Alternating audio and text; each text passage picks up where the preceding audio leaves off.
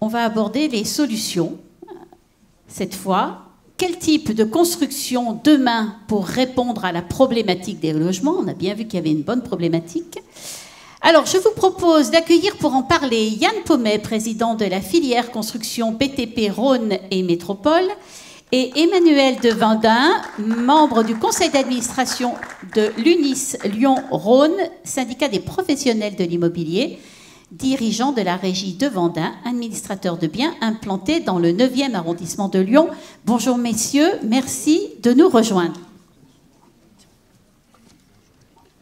Allez, alors on devrait passer un petit coup de lingette sur les micros, mais bon, vous l'avez déjà saisi. C'était, voilà, c'est les mesures sanitaires, voilà, qu'on nous impose. C'est bien, merci beaucoup. Merci messieurs d'être avec nous pour débattre de ce sujet. Et tout de suite, je vais poser la première question à monsieur Pommet. Y a-t-il de nouvelles façons de construire permettant de réduire les coûts tout en répondant aux besoins de logement? Bien, merci de me poser cette question, mais c'est vrai que lorsque j'entends effectivement le contenu de nos débats, j'aurais presque envie de vous répondre plutôt que sur la technique, puisqu'on va avoir une table ronde qui va parler de technicité dans quelques minutes. Oui, on va parler des innovations. Oui, je pense aujourd'hui que parmi les techniques qu'on pourra employer pour arriver à construire mieux et moins cher, on pourrait peut-être appliquer en totalité les PLU tels qu'ils existent. C'est-à-dire, lorsqu'on a une capacité de X, permettre la réalisation de X, et pas forcément de 60% de X ou 70% de X, c'est-à-dire aller jusqu'à l'utilisation au total, parce que finalement, ça a été rappelé dans les échanges précédents, on arrive en essayant de dédensifier, entre guillemets, la ville, on arrive finalement au résultat inverse à celui qui est espéré, c'est-à-dire qu'on favorise un peu l'étalement urbain, qu'on le veuille ou non, et on a une difficulté à loger une population endogène qui, comme la plupart d'entre nous, je pense, ont eu à la fois des parents et ont également des enfants qui ont envie, souvent, d'essayer de vivre ensemble sur le même territoire. C'est pas le problème de l'évolution de la technique. La technique qui évolue, c'est la question, en fait, des industriels qui doivent effectivement répondre à une problématique d'évolution réglementaire, dont on a vu avec la RT 2020 qu'elle allait engendrer en fait mathématiquement et logiquement des surcoûts. Les coûts de construction, il nous a été expliqué que d'un point de vue mondial, ils ne pouvaient pas baisser. Donc ça veut dire qu'on va aller quand même vers un surenchérissement de la construction neuve. Et aujourd'hui, on pense qu'il faudrait peut-être qu'on apporte une réponse immédiate. Donc c'est important en fait d'avoir une visibilité. C'est un peu ce qu'on essaye de faire et d'obtenir avec la métropole. Nous, on n'a pas eu de réunion tous les 3 mois avec la métropole, hein, on n'est pas au courant. Mais en tout cas, on est très preneur de cela et également de l'évolution des chiffres. Parce que s'il est vrai qu'il y a eu, dans les années récentes, une érosion à partir de 2018 de la production de logements neufs sur le territoire de la métropole, cette érosion s'est accentuée en 2020 et elle s'accentue cette année. Et ce que vous vouliez dire, pardon Monsieur Pommet, ce que vous vouliez dire, ce que vous disiez en préambule, c'est que l'ambition du nombre de constructions par an dans le PLU, vous dites qu'il faut l'atteindre et pas seulement que ça ne reste pas qu'au stade de l'ambition. C'est très compliqué quand la situation du logement est très difficile pour un nombre croissant de Lyonnais et de métropolitains, de dire qu'à l'horizon de 2026, on va avoir des solutions. Surtout si on voit bien aujourd'hui qu'on a des difficultés, nous, à comprendre les solutions, parce qu'on a déjà du mal à comprendre la problématique des chiffres, puisque 5000 logements sociaux, dont 1000 qui existent déjà, qu'on fabrique chaque année, etc. Nous, on a juste besoin d'une ligne claire. Et on sait que dans une métropole qui a tendance à gagner des habitants chaque année, il n'y a pas 50 solutions. Soit on gagne des habitants et on loge ces habitants et on construit plus, et on libère des fonciers, on réattribue des zones, on développe, on relance des ZAC pour de vrai, pas des ZAC qui existaient déjà ou qui étaient déjà lancés depuis 3-4 ans et qui vont arriver à maturité maintenant, mais qu'on connaissait pour la plupart. Donc on a besoin en fait d'une ligne claire. On a aussi besoin d'une stabilité, et ça c'est au niveau national, sur la réglementation, puisque pour voir loin, il ne faut pas que ça change tous les 2 ans. Et au niveau du PLU, on espérait tout, sauf une nouvelle révision du PLU, puisqu'on en avait vécu une qui s'était étalée, qu'on le veuille ou non, de 2012 à 2019, et qui, sur les dernières années, avait eu des conséquences. Parce qu'on arbitrait l'avenir à l'aune d'un PLU qui n'était pas encore arrivé, mais on ne pouvait pas construire à l'aune de l'ancien parce que le nouveau arrivait. Donc nous, ce qu'on espérait, c'était une stabilité. Bon, cette stabilité, on ne l'a pas, puisqu'on a en fait aujourd'hui une révision. Donc avant de se poser la question de savoir comment on va faire pour faire évoluer la technique, les techniques de construction, etc., le sujet de l'environnement et des matériaux plus écologiques, c'est un sujet dont on s'est emparé à la Fédération du bâtiment il y a 35 ans environ. Donc ce n'est pas quelque chose que nous découvrons aujourd'hui. Donc aujourd'hui, notre filière de recyclage, elle existe depuis très longtemps. On est tous intéressés par apporter un monde meilleur à nos enfants. Ce n'est pas l'apanage d'un petit nombre de personnes ou d'élus. C'est l'affaire absolument de tout le monde. Et nous, on est totalement investis dans ce schéma-là. Justement, vous parliez d'innovation dans certaines constructions. En un mot, on voit de plus en plus de constructions avec des nouveaux matériaux. Je pense par exemple à la paille ou à ce genre de choses. Est-ce qu'aujourd'hui, c'est possible pour vous de le faire à Lyon ? Alors, je ne voudrais pas citer Joseph Jacobs, qui est celui qui a mis en avant ce conte pour enfants de l'histoire des 3 petits cochons qui construisent chacun 3 maisons.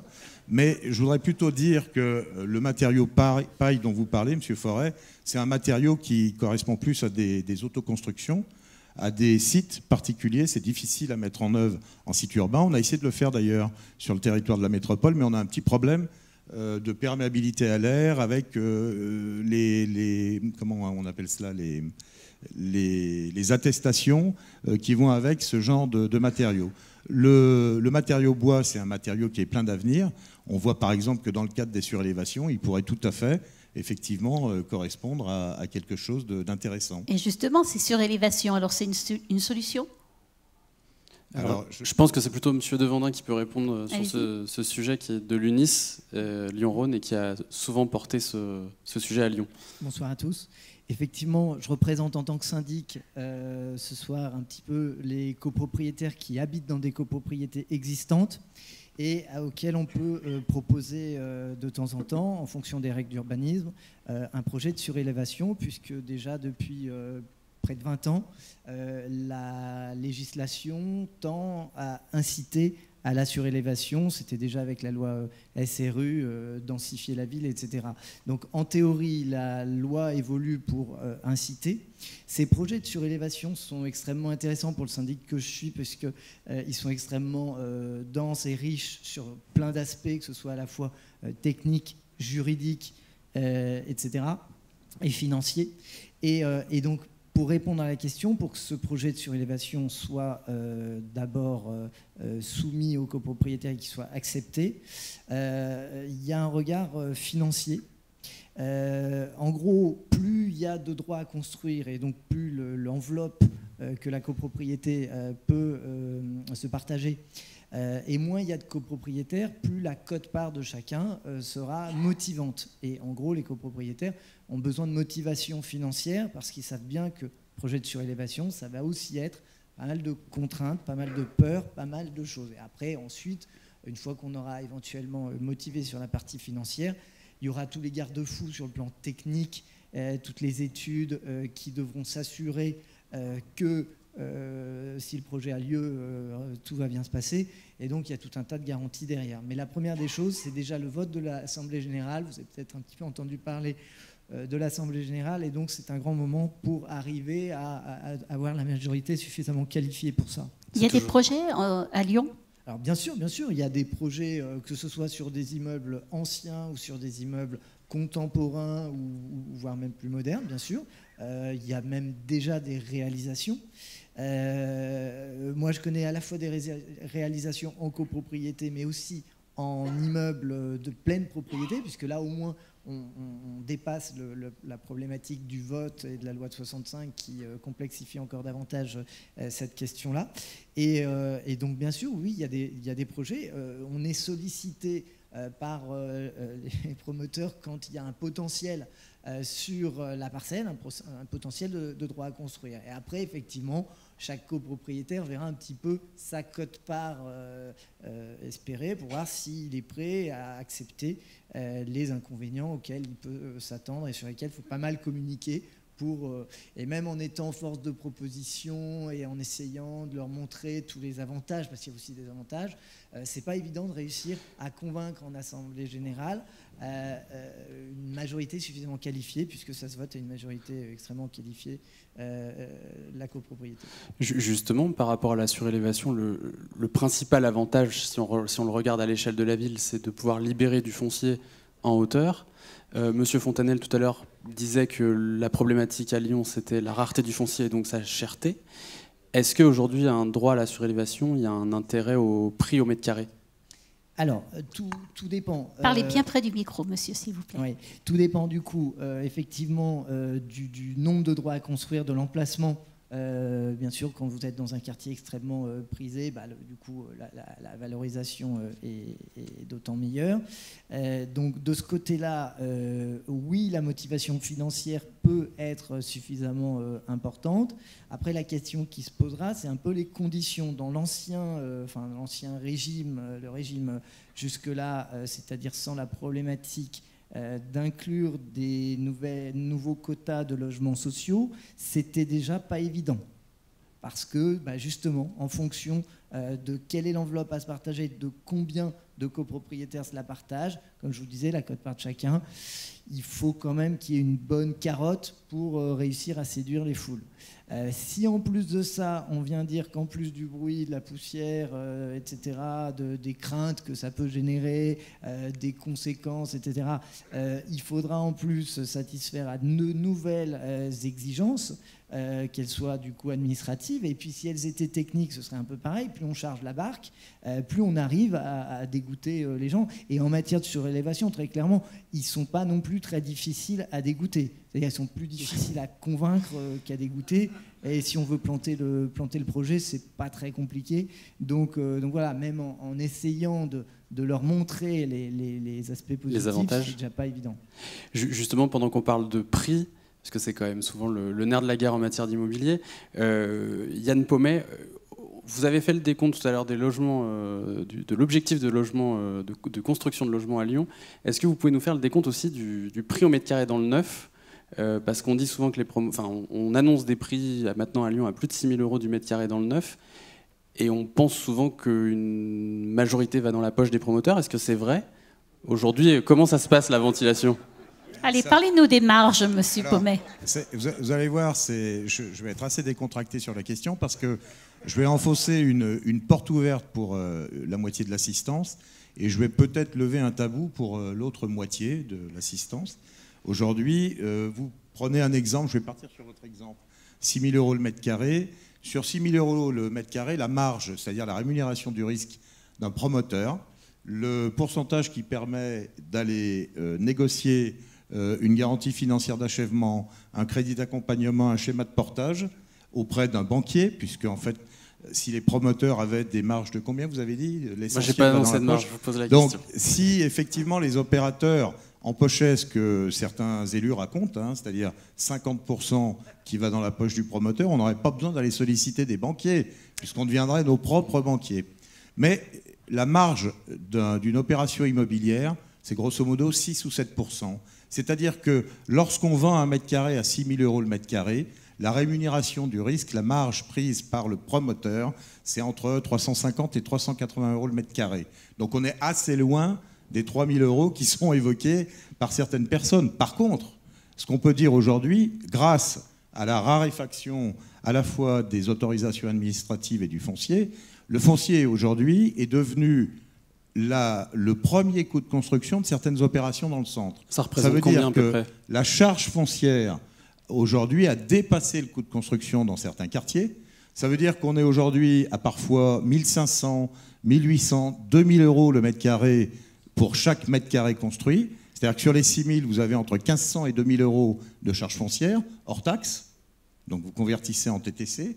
Ensuite, en termes de coût de construction, vous allez avoir suivant que vous aurez un niveau de sous-sol de niveau, vous allez avoir entre 1500 et 1800, parfois 1900. Quand on est sur des schémas où on remplit des espaces contraints, où on n'a pas beaucoup de place pour construire, on va aller jusqu'à 2000 € hors taxe le mètre carré en coût de construction, que vous devez convertir bien sûr en TTC.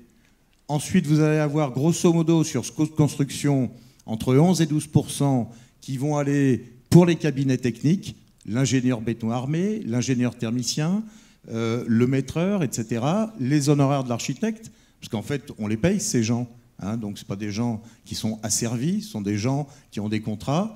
Vous allez ensuite avoir des honoraires de gestion et de commercialisation, puisque vous avez des agents immobiliers qui vont commercialiser ces logements.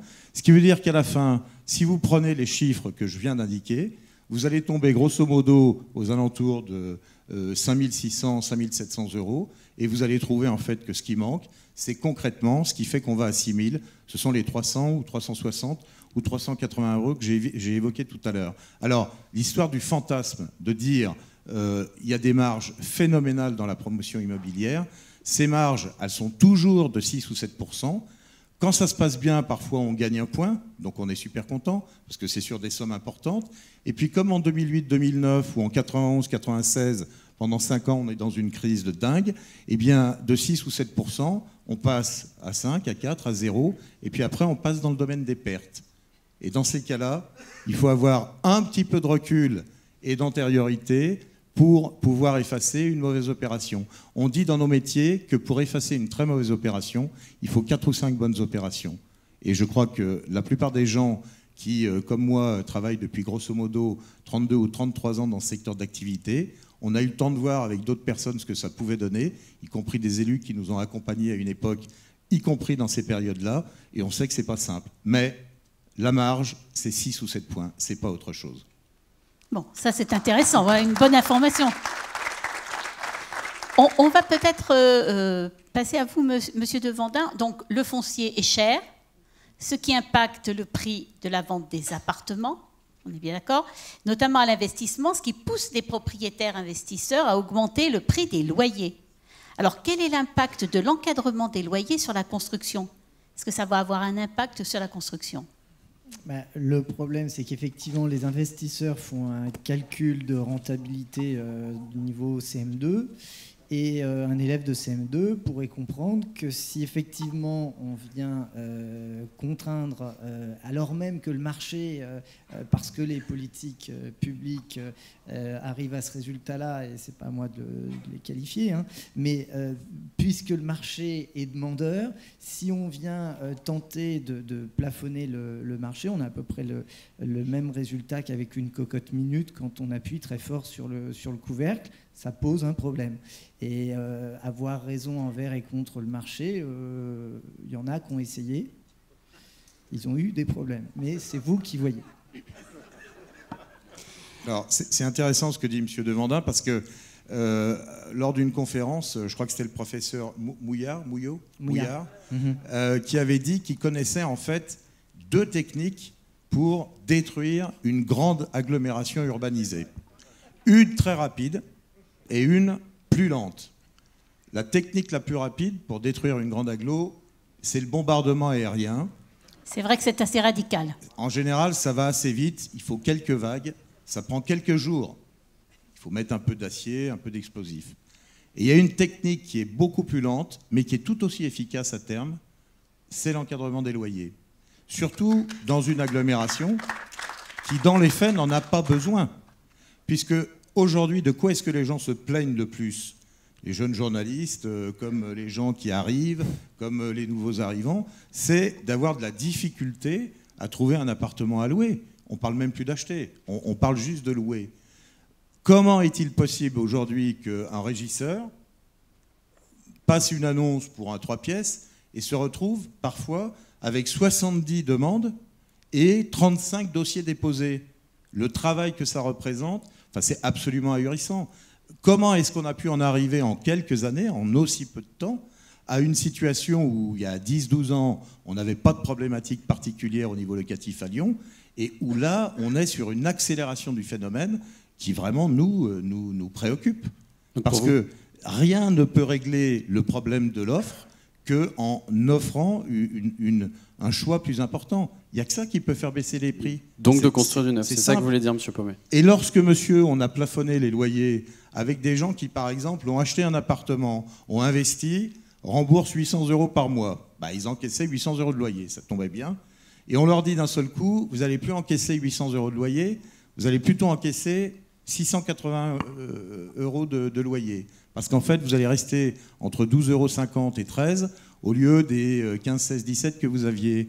Qu'est-ce qu'il va faire le propriétaire? Il va rappeler sa banque en disant « Allô, Crédit Lyonnais, descends-moi ma mensualité de 800 à 680 ». Enfin, c'est complètement aberrant, cette histoire. Non, il va vendre. Il va vendre, ça va effectivement, avec un taux de rentabilité plus bas, dégoûter bon nombre d'investisseurs. Et le problème, c'est que pour avoir des locataires, il faut avoir des propriétaires, puisqu'il faut avoir des appartements à vendre. Donc, de toute façon... Vous le constatez déjà ? Il y a déjà des propriétaires qui commencent à vendre depuis le 1er novembre. Pour cette raison, je veux dire. Il y a des propriétaires qui sont effectivement extrêmement inquiets, mais comment pourraient-ils ne pas l'être, étant donné que les projections montrent d'ores et déjà qu'au lieu d'avoir un prix qui était censé être au niveau du marché d'entrée pour limiter l'augmentation, moi, de ce que j'avais compris, alors j'ai peut-être mal compris, mais enfin voilà, eh bien en fait, on est d'ores et déjà dans les premiers jours à un prix qui est nettement plus bas. Parfois, on perd 100, 150 € sur des petites surfaces. Donc c'est mathématiquement... moins intéressant pour un potentiel investisseur. Pas équilibrable. Donc, très problématique. Et il faut des propriétaires pour avoir des locataires. Ça, c'est l'équation... voilà. Merci, messieurs. On en a terminé avec cette thématique. On vous remercie pour vos éclairages. Merci.